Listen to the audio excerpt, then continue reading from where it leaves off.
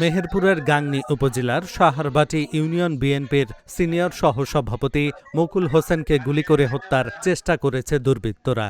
সোমবার ভোরে সাহারবাটি গ্রামের বাঙালপাড়া এলাকার কাশেমের মোড়ে এ ঘটনা ঘটে। গুরুতর আহত অবস্থায় তাকে প্রথমে গাংনী উপজেলা স্বাস্থ্য কমপ্লেক্সে এবং পরে উন্নত চিকিৎসার জন্য কুষ্টিয়া মেডিকেল কলেজ হাসপাতালে পাঠানো হয়েছে। ডায়াবেটিসের রোগী হওয়ায় প্রতিদিনের মতো সোমবার ভোরে হাঁটতে বের হন মুকুল হোসেন। পথে কাশেমের মোড় এলাকায় আগে থেকে উৎপেতে থাকা দুর্বৃত্তরা তাকে লক্ষ্য করে পরপর ৫ রাউন্ড গুলি ছোড়ে।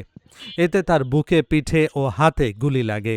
গুলিবিদ্ধ হয়ে তিনি ঘটনাস্থলে লুটিয়ে পড়লে আশেপাশের লোকজন ছুটে এসে তাকে উদ্ধার করে হাসপাতালে নেয়।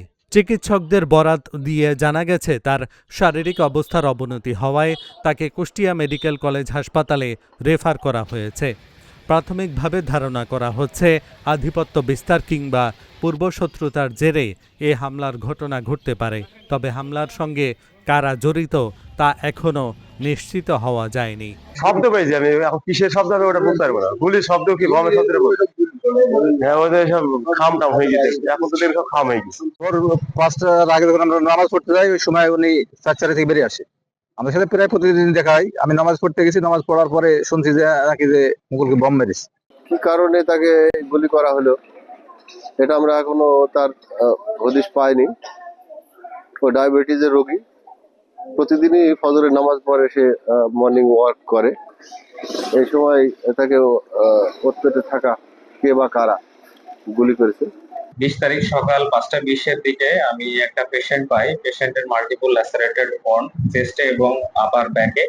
তো পরবর্তীতে আমি পেশেন্টের প্রাইমারি ইভালুয়েশন করে দেখি পেশেন্টটা শকে আছে। তো প্রাইমারি ম্যানেজমেন্ট এবং ব্লিডিং পয়েন্টগুলো সিকিউর করে পরবর্তী ফার্দার ট্রিটমেন্টের জন্য ওনাকে কুষ্টিয়া মেডিকেল কলেজে রেফার করি। তার গায়ে গুলি লেগেছে শুনে আমরা ঘটনাস্থলে আসি। ঘটনাস্থলে এসে জানতে পারি যে তাকে ইতিমধ্যে কুষ্টিয়া সদর হসপিটালে নিয়ে যাওয়া হয়েছে চিকিৎসার জন্য। আরো কিছুক্ষণ আমাদের তদন্ত চলমান আছে।